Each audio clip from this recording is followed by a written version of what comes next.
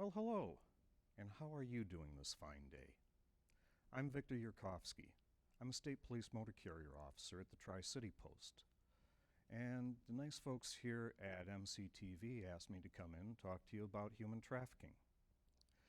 Now, I talk to a lot of groups, a lot of individuals, and frequently when I'm doing a presentation, people have a question as to who is this person talking and why are they standing between me and lunch?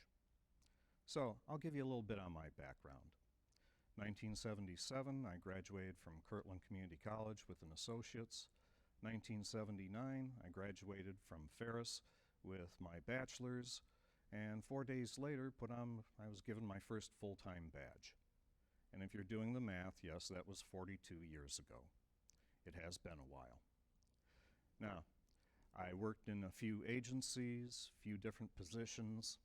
In 1986, the state police said, how would you like to shave your head, go through hell for 16 weeks, and go wherever we tell you? And of course my answer was, I'm game, when do we start? And like most, somewhere along the line on those very hard days, I was asking myself, what was I thinking? In my almost 35 years with the Michigan State Police, I've been a motor carrier officer. For those of you that are not familiar with it, a motor carrier officer is a specialist in commercial vehicles. Now, it could be anything from the equipment requirements, licensing, registration. You could be looking at driver requirements, size, weight enforcement, safe loading, hazardous materials transportation. We kind of take the specialty and run as much as we can with it. In addition to being a patrol officer doing those duties, I've also done a few other things. We frequently hold multiple jobs. I've been a recruiter, applicant background investigator, field training officer, I'm a firearms instructor, I've done a number of things as well. In 2001, I got the bright idea. I went back to school, took a master's in counseling from Central Michigan University, and started working as a mental health therapist part-time. About 2014, my division, the Commercial Vehicle Enforcement Division, found out about the Truckers Against Trafficking initiative. It's a program that involves getting the transportation and related industries like truck stops involved in the fight against human trafficking. Well, about shortly after the decision was made to go along with it, my captain had looked at it, said this is a wonderful program, we need to be on board. I received an email. Thank you for volunteering to be a district coordinator. You're scheduled to go to a conference. I promptly sent that to my sergeant with a note saying, news to me, did you forget to tell me something?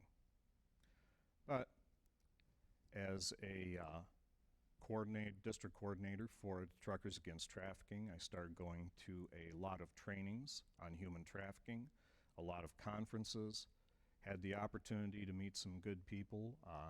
That was how I got involved with the Mid-Michigan Human Trafficking Task Force. And then through that as well with the Midland County Human Trafficking Task Force. Eventually, they started asking me to teach the Human Trafficking 101 at the annual conferences. And that was how we get here, Human Trafficking 101. Now, this is the therapist in me. I've told you about me. I don't know about you. I don't know what's gone on in your life. I don't know if there are any traumas or any situations that could cause re-traumatization as we go along with this. If you need to walk away from it, I have no problem with that. I understand. And I hope that you are getting professional help to deal with that. But if you can follow with me through this journey, I would appreciate it. So, let's get started. The goals here are going to be very simple, and we can think of it as AIR, AIR. The first one is going to be awareness, then indicators, and response. Awareness. Okay, what's human trafficking? What are the two types? Is it in my area? Indicators. What are the signs for labor trafficking, for sex trafficking? What are things that should kind of raise the hackles and raise the hair on the back of your neck and make you start questioning? As for response, what can you expect from a victim? What should your response be? And what's really important is we need to look at what is a victim-focused response. The elephant in the room. When my daughter was little, she called it the effluent. She couldn't quite handle elephant. An elephant in the room is something that is so big, so huge, so large, that you can't ignore it. And some people will try to ignore it, and they tend to expend a lot of energy. They squeeze around one side, or they're trying to work around, and if you just leave it alone, it only gets bigger. And that elephant will eventually be way too big for the room. So it's important to deal with it soon. We've got two different types of human trafficking. There's sex trafficking, and there's labor trafficking. What's the definition of a human trafficking? Well, for sex trafficking, commercial sex induced by fraud, force, or coercion, or in which the person performing the act is a minor. And for the purpose of this law, anybody under the age of 18 is a minor. Now remember that force, fraud, or coercion, because those are the important elements. You don't have to do all three, but you need at least one or the age. Labor trafficking. Well, we see that again. Force, fraud, or coercion to recruit, harbor, transport, obtain, employ a person for labor or services in domestic servitude, farm worker, factory workers. It's labor that's you're using force, fraud, or coercion.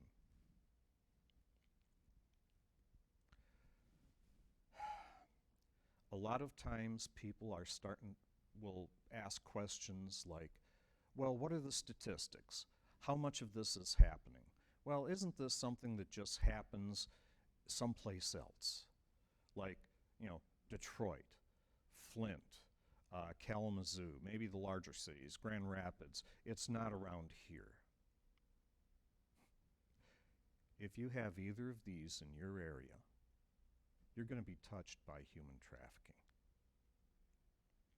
Do you have a road? Crime and human trafficking is a mobile enterprise. It doesn't stay on one street corner. It travels. It moves. And as we'll see later on, yes, it's a very common thing. Computers. Do you have internet access? If you do, you'll be touched. In some instances, people are using it to obtain. Some people are also using it to recruit. Often it's being used when dealing with minors. Okay? There have been recent instances that would really just, the minute I saw it, I was saying, uh-oh, here's a problem. You have a runaway. Met somebody on the computer. In some instances, they try to erase the information off the computer before they leave. Luckily, we've got good computer crimes units that can get in there and a lot of times reconstruct and get the information out. So when you look at human trafficking, what are some of the elements? Well, you have a process. You start off by recruiting, harboring, moving, obtaining. Somehow or another, you're getting this individual. You're going to have force, fraud, coercion, or age. Okay. And then for involuntary servitude, debt bondage, slavery, commercial sex acts. These are things that just go through the process. A lot of times there's a misunderstanding between smuggling and trafficking.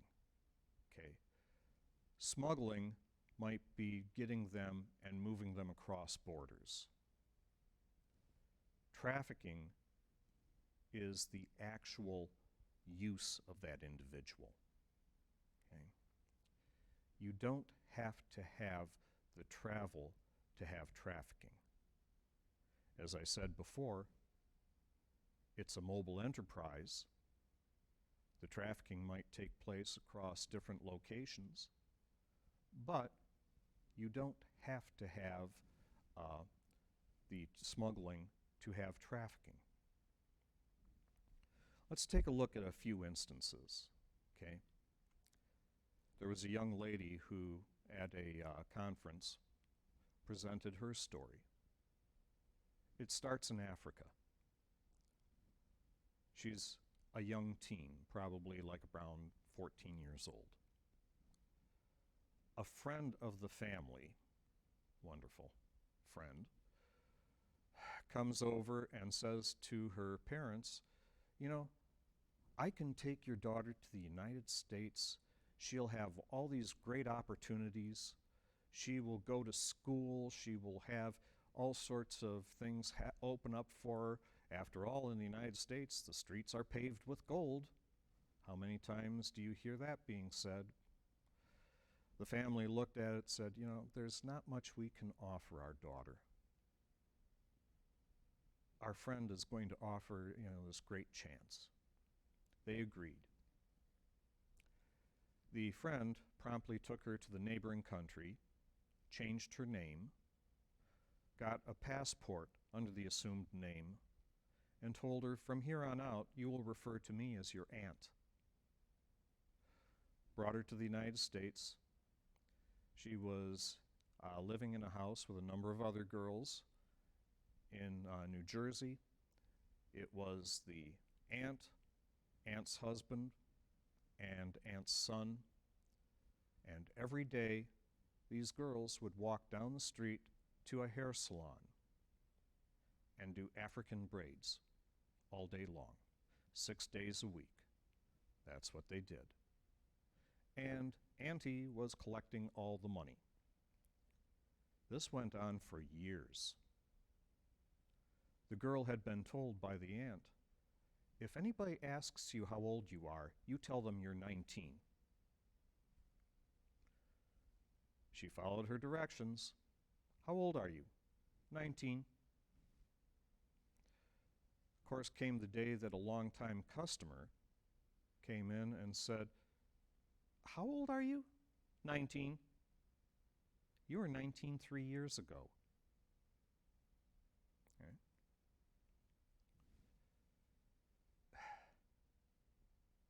As I said, this was going on for years. Okay. But somewhere along the line, they wound up on the radar.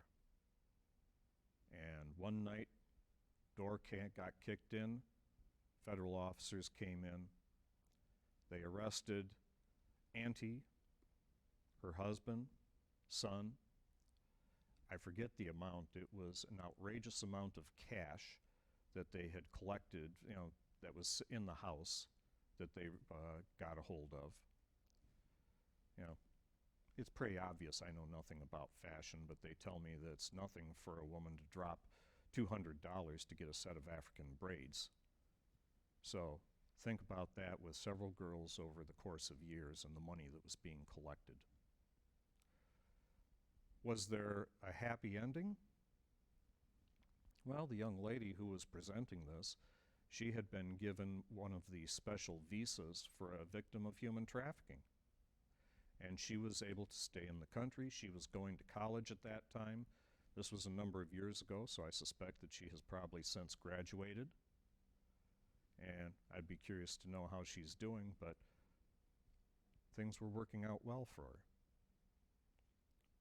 Now, let's come a little closer to home. Within this area, this district of State Police District of the state, a number of years back, foreign nationals were being brought in on the promise, once again, of going to school, getting an education, learning the language. They were brought here, dumped into a one-bedroom apartment, and every night they were loaded up into vans and taken to stores to clean the floors. And this went on for a time. The one finally started questioning what was going on, why, weren't they going to school, what about all the promises? Well, he complained too much. He got quite a beating. Now, it's fascinating because he walked out, started wandering around, he saw a state police post, walked in. There was a problem because there was a language barrier. These folks were coming from a country that, let's put it this way, the language is not that popular. We have access to professional translation services, but there was only 2 people in the country attached to that language service that spoke that language. And they were able to eventually find out what had happened. In this case, it was pretty much, it was turned over to the federal government because that was before Michigan had even passed their first human trafficking law. Was it trafficking? Was there fraud? Absolutely. The promises to get them here. Was there force? Somebody being clobbered? Coercion? In some instances, they're being told, first off, you don't want to go to the police. Where they come from, the police might be as bad as the traffickers. So it was really surprising that he would come to a state police post and ask for help. How about, these are 2 instances of labor trafficking. What about sex trafficking? There was a couple of young girls, and take into account that if you've watched the movie Taken, although that is a type of human trafficking, that is not the norm. Okay. In many instances, there are other reasons. They might be somebody who's young, and they believe that they're going to something wonderful or something better. Somebody has said all the right things, and they're going in there. They're getting drawn into that life. In this particular instance, a couple of young girls, early teens, they met somebody, they went to a house, they were immediately separated. Each was told the same thing. You do what we tell you, or your friend is going to pay the price for it. Now, in this instance, there was the age, but there was also the coercion. They were trafficked for a time. They were being moved around, different places. Let's face it, if you don't know where you are, how do you leave and get help? Plus, the 2 of them needed to stay together, otherwise the belief was anything, if one leaves, the other one's going to be paying a heavy price for it. It's fascinating because what led to them being brought out, they were being sex trafficked all over the place. They were in a truck stop. A truck driver, as he was pulling out, got on the phone to 911. They have no idea who that truck driver was. They still have the audio recording of his call, saying that there's a couple of girls in here, they look awfully young, somebody needs to check it out. And that's what eventually led to them being brought out. But again, no idea who it was. So who's at risk? What are the traits of vulnerability? Well, it could be from diverse ethnic, socioeconomic backgrounds. It doesn't just happen in the poor neighborhoods. It doesn't just happen in immigrant worlds. It's everywhere. Kids who maybe would seem to be coming from the ideal family, somebody gets in their head, gives them the right information, says the things they want to hear, draws them in. Varied levels of education, documented, undocumented, runaway youth. There's a tactical instructor who often says, if you look like food, you will be eaten. Runaways, it's like they have this giant neon sign over their heads saying, all you can eat buffet, come and get it. Youths in the foster care system. Previous sexual abuse. A number of victims who have made their way out, they're the survivors now, have talked about prior to this having been sexually abused before being drawn into a world of commercial sex. Runaways, yeah, as I said, they are really open for exploitation. Where do you go? What do you do? You're a runaway, and somebody tells you just the wonderful things and takes you in. So, and the thing is, remember what I said about the computers. A lot of times they're not standing on street corners. They're being brought in through computers. People who have been caught, gone through the buyers that go through John schools. Some of them have described it as being like ordering a pizza. Go online, look for what I want, and it gets delivered.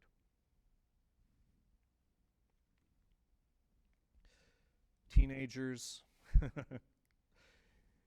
if for anybody who has raised teenagers, which is why you have hair this color, for anybody who is raising a teenager right now, good luck. Anybody who has ever been a teenager, we know that teenagers do not think as we do. It's difficult to try to put human logic, or I should say adult logic, into what a teenager does. How many times when you were a teenager somebody asked you, why did you do that? I don't know. Seemed like a good idea. Why did you ride your bicycle at top speed off the end of a dock and go tail over tea kettle? I saw the Evel Knievel movie. Teenagers, a lot of times, can be easily manipulated. They go off with somebody totally unexpected. Think about if you were a teenage girl, about 14, 15 years old, and you're sitting in your group, and one of them says, well, I'm dating somebody who's 50 years old. Probably the reaction would have been, ooh. But that's what's happening. And it isn't just simply if they're coming from dysfunctional homes. They could be coming from very loving and caring homes. There was a mother who told her story at a conference. Her 13-year-old daughter, one morning, They woke up, looked, her bed is empty, it hasn't been slept in, fresh snow, one set of footprints leading away from the window. Had met somebody online. Guy was in his 40s.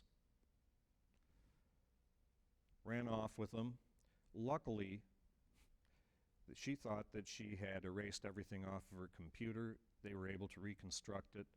They were able to recover her before anything happened.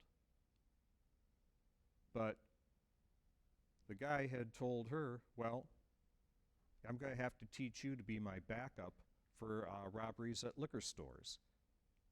And if you're not going to do that, then I'll have to take you to Vegas and put you out on the street because I need money. Now, the other problem was trying to bring her back into the family. And when I talk to therapists, I tell them, you're probably going to have to treat the whole family. You can't just treat the one kid. Okay?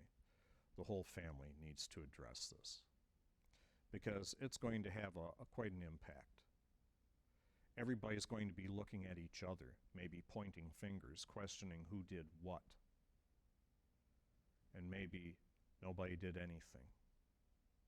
Okay.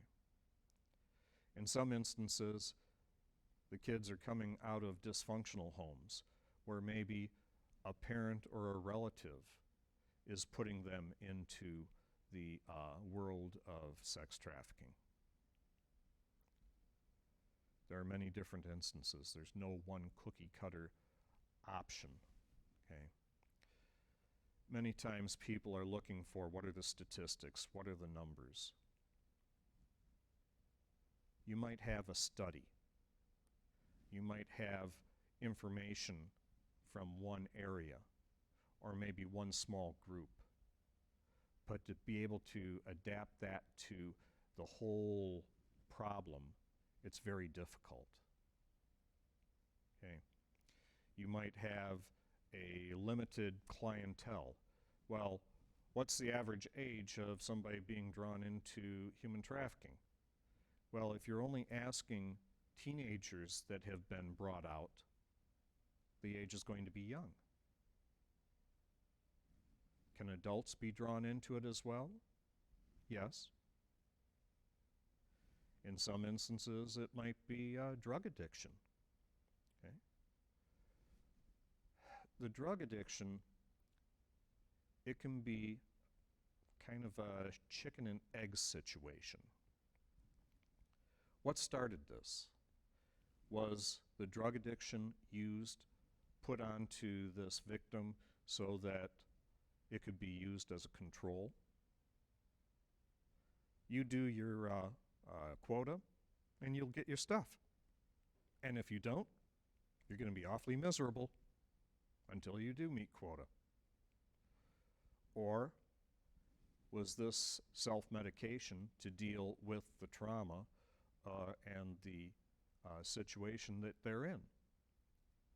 Okay, but either way, drug use, drug addiction can be a very strong situation for coercion and control.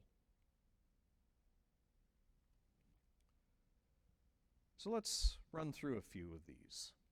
Here's some examples, and think ahead of time.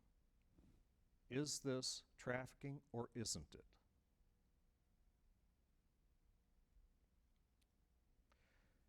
Kelsey found an interesting opportunity to work at a summer camp. She's expected to work 70 to 80 hours a week for less than minimum wage after room and board. She's only allowed to contact her friends and family on an emergency basis or late at night on a weekend. Is this trafficking? No.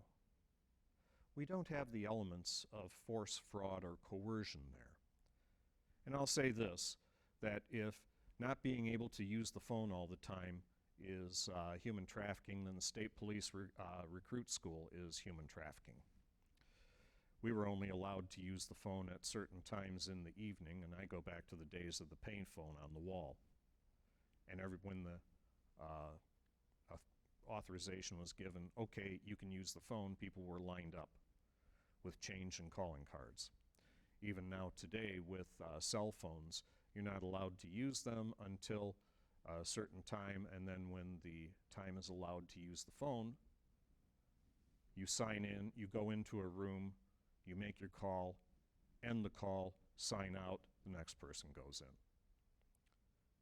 So, you know, it's less than minimum wage after room and board. You're not constantly on the phone. No, that's not trafficking. A musical artist travels throughout the country on a bus looking to recruit young individuals to engage in their merchandise sales. This has happened around here. Is that trafficking?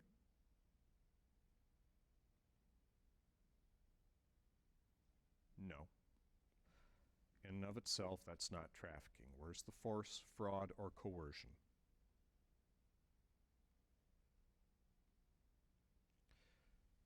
Maggie is a junior in high school. Okay, let's stop right there. Unless Maggie is somebody who said 7th grade was 3 of the best years of her life, it's pretty obvious that she is a minor. She's less than the age of 18. So, she offers sexual services on the weekends in order to make a little extra spending money. Splits the earnings with her boyfriend, who sets up the connections. Somebody under the age of 18, a minor, commercial sex, doing it for money. This is trafficking, and her boyfriend would be a felon.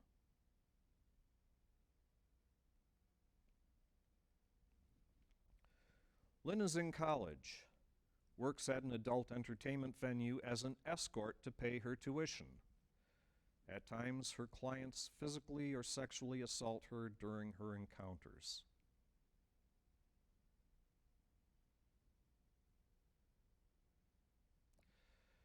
We have crimes, but trafficking is not one of them.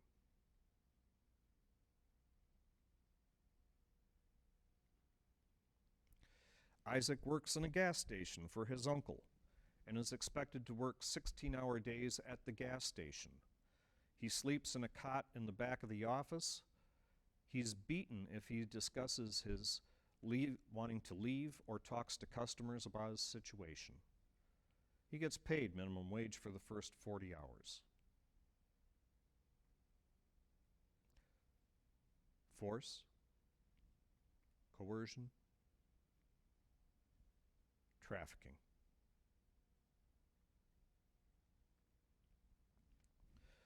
Jennifer decided to sleep with her new boyfriend in a closed bedroom at a college party, during which his friends came into the room, videotaped the encounter, and posted it later as free porn without her consent.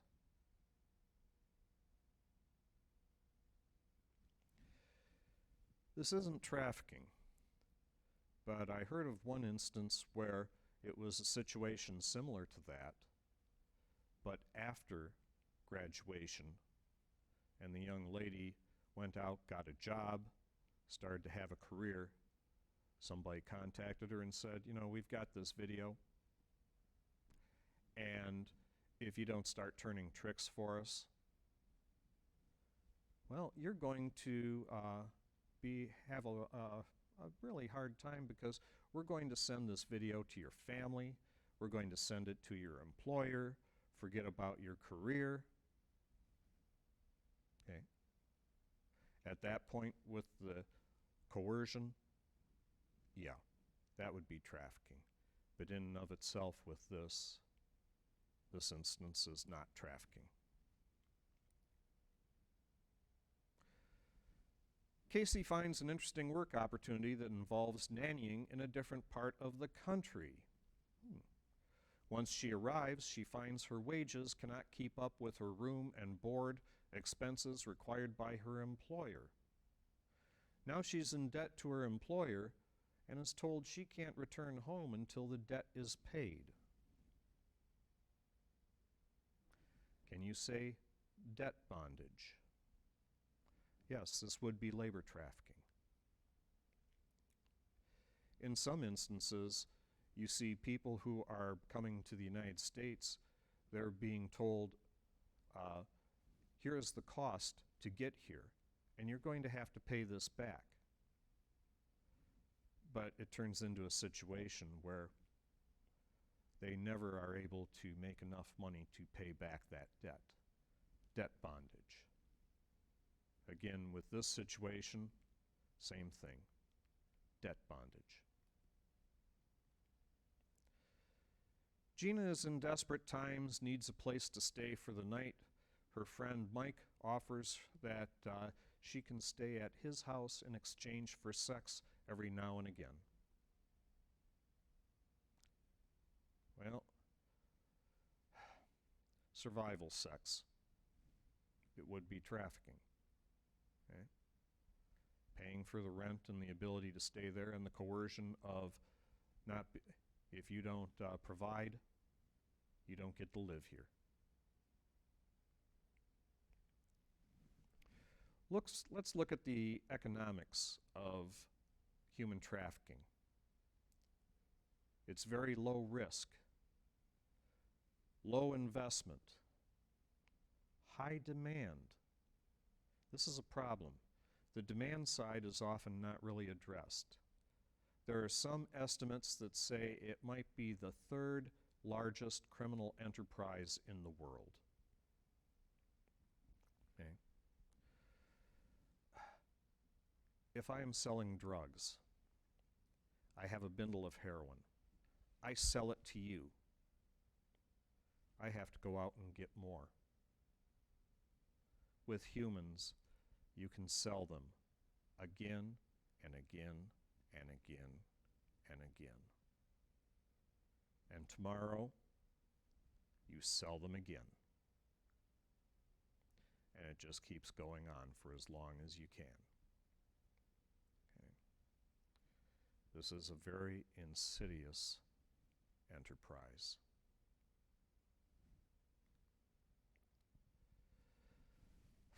We've mentioned before about computers.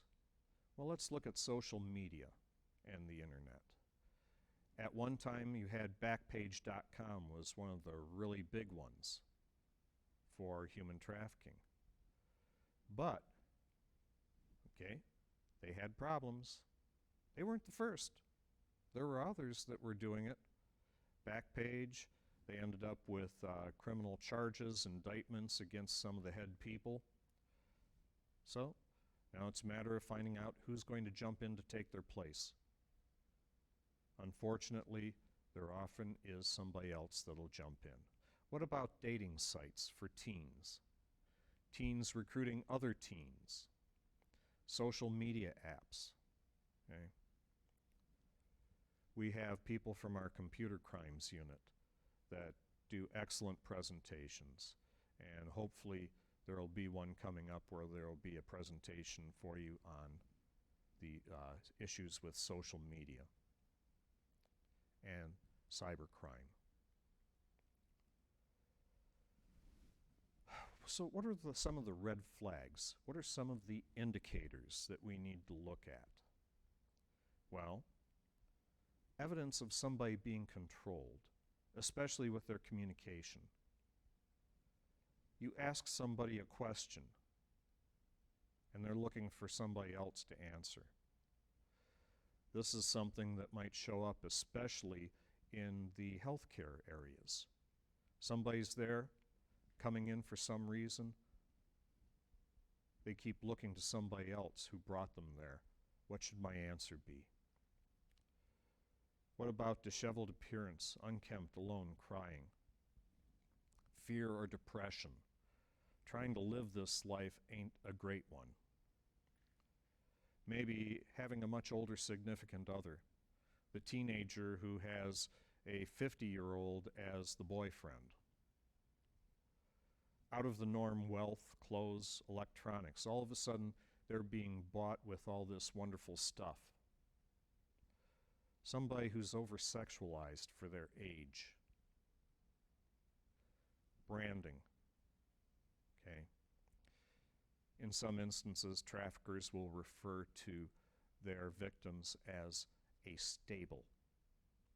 They might say to them, "We are a family, and you have to be a part of this family, and you have to do things for the family." But when they talk to their contemporaries, they're livestock. They're a stable. And you use tattoos, branding. You don't want your livestock wandering around and disappearing with the other livestock. And another thing is maybe an intense loyalty to the trafficker. That would be the subject of a whole different conversation, looking at why the psychological impacts and why somebody might stay with a trafficker. Injuries, bruises, limping, heat stress, stroke, untreated skin infections, irritations, issues, dehydration, sleep deprivation, issues maybe with the labor trafficking. Okay. Tattooing. Here's some of the different things that you see might be a tattoo. And you have maybe a number of individuals. And it isn't just girls. Boys are trafficked as well. Okay? But you might have matching tattoos.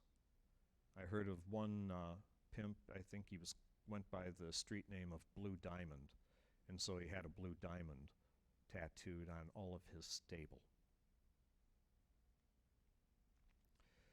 Language from the life. People will talk about the bottom. Pardon the language. Sometimes it's referred to as the bottom girl to sanitize it. Many times the term is actually the bottom bitch. And it might be a female who is appointed by the trafficker to supervise. It might be somebody who worked their way up from a trafficking victim to somebody who is trusted and in charge. And in some instances, that might be the one if somebody has to go to a hospital or seek medical attention, that's who's taking them. Daddy, a trafficker might require the victims to call them that name. Family, folks, here's some pretty weird terms being used. Lot lizard, that's a common one that's seen in the trucking industry. In some instances, you see a truck and it has the red circle with the line across it, and it might have a lizard in the picture, or maybe a lizard in a cocktail dress. It's a way of saying, leave me alone, I'm not a buyer, when they're parked in the truck stop. Remember, they look for target-rich environments. They're not just going to go someplace where maybe they might get one buyer. They want to find as many buyers as possible. Quota, a set amount of money that the victim must come up with. In some instances, they don't care how they get it, if they can steal it as well. Reckless eyeballing, looking around instead of keeping your eyes on the ground. As I said before, a stable, the group of victims. Some of the weird ones like wifeys, wife-in-law, sister wife, what the victims might call each other. Language from the life. Truckers Against Trafficking. Okay, this was a program that has been around for a while. They've gone through a few different variations, but they are really taking off. Many of the states are involved in this now. State police agencies, trucking agencies, truck stops. Many of your major truck stops, if you go into them, you will see one of these symbols, or you will see a poster concerning this, that they are on board with this program. It began in 2009, and it kept expanding. We began partnering with them and really started our rollout in 2015. We're really looking to educate and get the transportation industry involved.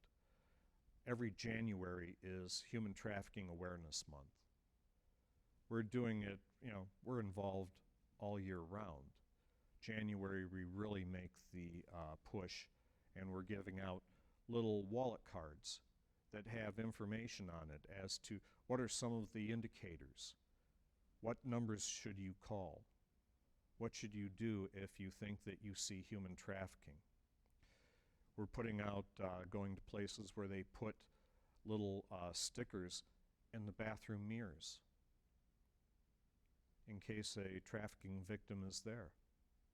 They can see that, call the number, if they've made the decision that they want to try to escape, get out of that life. Goal is to re-educate transportation, recognize and assist victims. Again, the victim focus. An extension of the Truckers Against Trafficking program is called BOTTLE, and it stands for Busing on the Lookout. Along the line, they realized, we've been looking at people who transport goods. What about the people who transport people? We've been really getting involved in this as well, whether it be charter buses, whether it be the long-haul buses. Okay? There have been instances where people who work in the bus stops, somebody shows up, obviously a young individual, they don't exactly know where they're going, but somebody sent them a bus ticket, and they're going out of state. Okay. Some of these have been picked up on, and it's the people who work there that are seeing it and calling it in. What about school buses? School bus drivers, 5 days a week, twice a day, they see these kids. They know the kids, they know the families. And if all of a sudden they start seeing something that just isn't lining up, they can be a great help. Okay? So, charter buses, dial a ride, all of them. Matter of fact, I had a lot of programs. I was contacting the many busing operations, and before things shut down with COVID, I had many trainings set up because the busing operations were really interested in this. They wanted to join in and be a part of it. Unfortunately, those had to be put on hold. Hopefully, they're going to be coming back again. So again, busing on the lookout, mobilize the transportation industry that deals with transporting people. My division, we have people in every district. Since I started with this, I've become the assistant coordinator for the state. In 2020, even with COVID, we still did about 49 different human trafficking awareness presentations. We reached about 6,782 people by our counts. Many times it's more. Presentations, we've did 10 media interviews. The presentations include truck stops, trucking companies, civic organizations. I'll talk to any group. I do weddings, funerals, and bar mitzvahs, you name it. You get me a group that, I've even done it where I only had 3 show up. I didn't care. I'll talk to them, I'll tell them about it. We go around, actually take into account that a few years back a law was passed that said if you had just about any public health license in Michigan, and I'm one of those, I'm a licensed professional counselor, you had to have and certify that you had human trafficking training before you were allowed to renew your license. I've done a lot of programs for, various medical groups, mental health groups. I was doing one for a group one time. It was case managers. A month later, I get a call from one of them, and they're asking, I think I've got somebody who's being groomed. Okay, give me the details. Well, with what they were able to share, it was a 15-year-old, a frequent runaway. There were a number of other indicators that came in. It was lining right up. Nothing had happened yet, but there was a grooming going on. Okay. When dealing with public health, when we're dealing with individuals, we also have to deal with issues that we're trying to balance the issues of privileged communications along with where are we mandated to report. And the circumstances in this particular case, it worked out okay. Now, was this individual who was grooming the 15-year-old able to follow through on it? In this case, no. But was that 15-year-old still somebody with traits of vulnerability? Yes. Victim focus. Trying to prevent this individual from being victimized. So, there are a lot of things that we look at there. In many instances, I'll never know this side of heaven if what I'm saying to you is going to make a difference. In this particular instance, I think it did. I'll accept that. I just know that sooner or later, what I'm doing, hopefully, will do some good. The victim-focused response, the persons who are being being trafficked are victims. They may not see themselves as victims. They think that somehow or another they have control of the situation. So, can you go charging in, kick the door, and act like the movie Taken? No. But if you see something, you see those red flags, collect what information you can. If you can get a plate off of a vehicle, write it down. Calling it in. Getting that information into the system. But be careful, because remember I said they don't like to have their livestock wandering off. They're probably being watched, and you could be watched as well. One of the other things is that many times just the nature of that life, these individuals are traumatized. And it could be just trauma on top of trauma on top of trauma. It's really a mess. On one side, you see what are the brain functions in a brain of somebody who has not been traumatized. Then you see somebody who's exposed to trauma. It actually makes changes in the function of the brain and how the brain works. These are the things that as therapists we have to deal with. Okay. One of the big issues that we deal with trauma is that trauma is a sensory experience and it's very personal.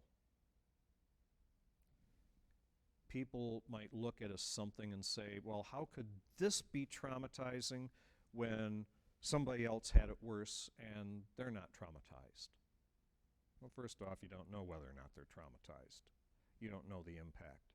Secondly, it is very personal, and it tends to be what meaning you bring to it.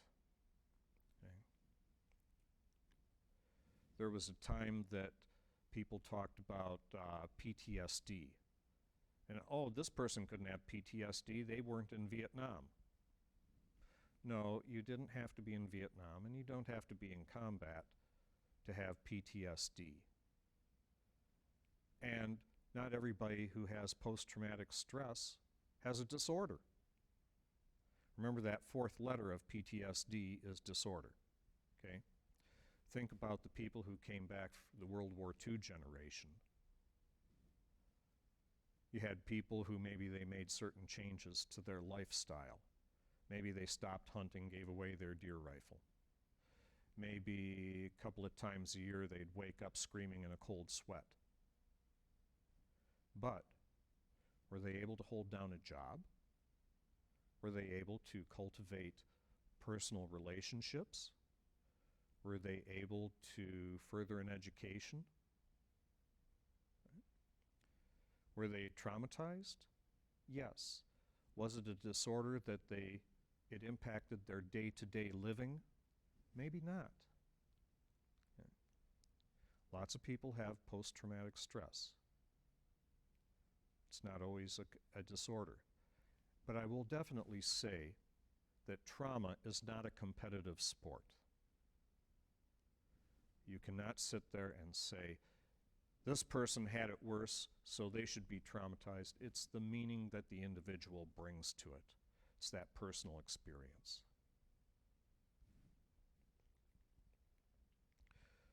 No two victims are going to be the same. They could be involved in the same situation. Two people sitting in the back seat of a car that's in a crash. Each will have their own reaction to it. Don't always expect victims of trafficking to see you as a rescuer or savior. You might be an unwelcome intruder. Leave me alone. I'm in control of this situation. I don't want to be bothered by you. Victim may be hostile, aggressive toward you. They've adopted different tactics to survive, to deal with the situation. Challenging, direct questioning, immediately likely to alienate or confuse them.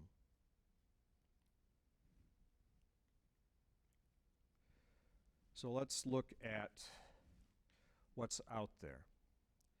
We have local human trafficking task forces. I've spent a lot of time with the Mid-Michigan Human Trafficking Task Force. We cover a very large area. Midland has a human trafficking task force. If you're looking for information on them, depending on where you live, even just look up Human Trafficking Task Force and put in your area.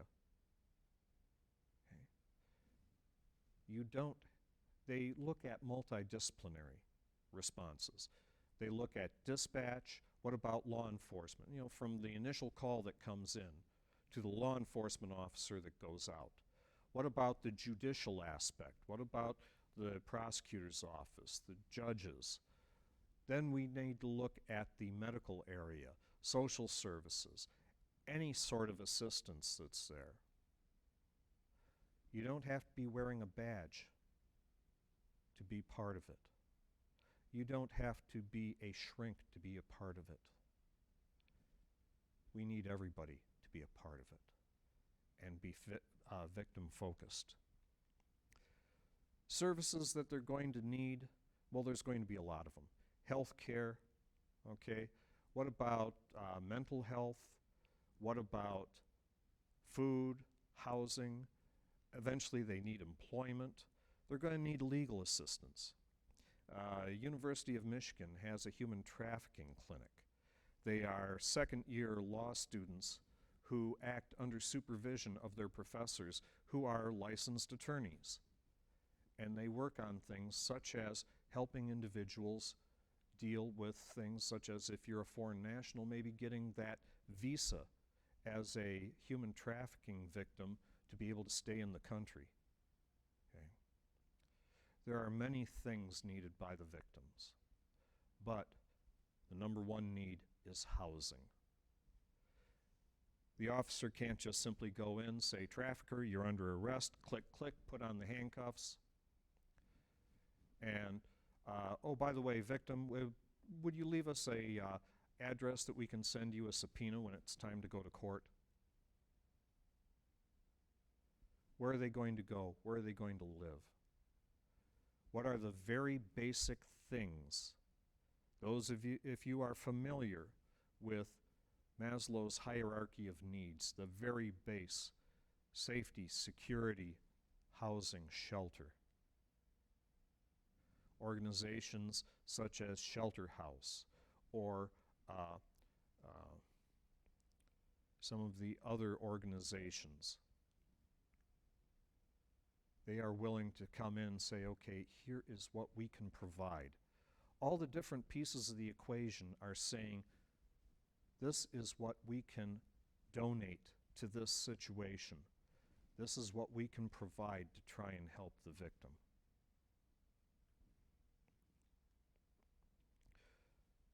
If you see what you believe is human trafficking, call 911.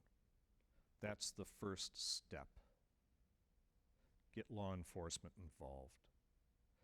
If maybe you're not sure, you can go to the National Human Trafficking Resource Center. The phone number is 888-3737-888. Kind of an interesting number. It's all over the wallet cards that we hand out. In some instances, they're going to look at that and say, okay, they'll ask you some questions, get some information. Maybe they can put it together and say, all right, yeah, this is looking like human trafficking. There was an instance where in a hospital, they had an individual, they believed that she was being trafficked. They called the resource center. Resource center got the information. They called the FBI. FBI contacted our local post. They sent a troop out there immediately. It resulted in a successful prosecution. But we need people, everybody, to be involved. Whether you go out and you work with a task force, or you're just looking and you're willing to make that phone call. Some of the websites you can go to: Truckers Against Trafficking. There's lots of information. Matter of fact, you can become, I am not a truck driver, but I am a certified trucker against trafficking. You can sign up, take their little training, the videos that you can watch. How about the National Human Trafficking Resource Center? That's another one. The Polaris Project. They collect a lot of information. In some instances, you're going to see information there. You might, sometimes the statistics, again, you have to be a very careful consumer of the numbers, because sometimes those statistics can get sidelined, misinterpreted. At one time there was the word going around that Michigan was number 2 in human trafficking. No, we were number 2 in calls to the human trafficking hotline. Now, is that a good thing or a bad thing? It's a good thing. Our people are calling. They see something, they have questions, they call. That's a good thing. That doesn't mean that we have more of it than somebody else. Everybody has it. It's all over the place. But, again, be careful of those numbers, statistics. Be a thoughtful consumer of that information. Okay. We often tell people, you have 3 choices when you think you see human trafficking. If you participate, you're a part of the problem. If you ignore it, you're not doing anything to help. Or you can make a call and try to be part of the solution. You may choose to look away, but you can never say again, you did not know. Now, therapist again in me coming out. And this is an important thing for you, okay? Many times after I've told this story to people and I've gone through this process, they start thinking and having thoughts about, I saw this one time. I saw that. Was there human trafficking and I let it go? I didn't realize it. I didn't see it. Don't beat yourself up for what you didn't know then. But take what you have learned and use it now. It's not your fault if you didn't know then. Don't beat yourself up. Give yourself a little grace. Okay? So,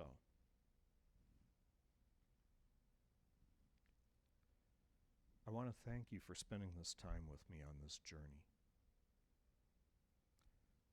And hopefully, we'll be talking again soon.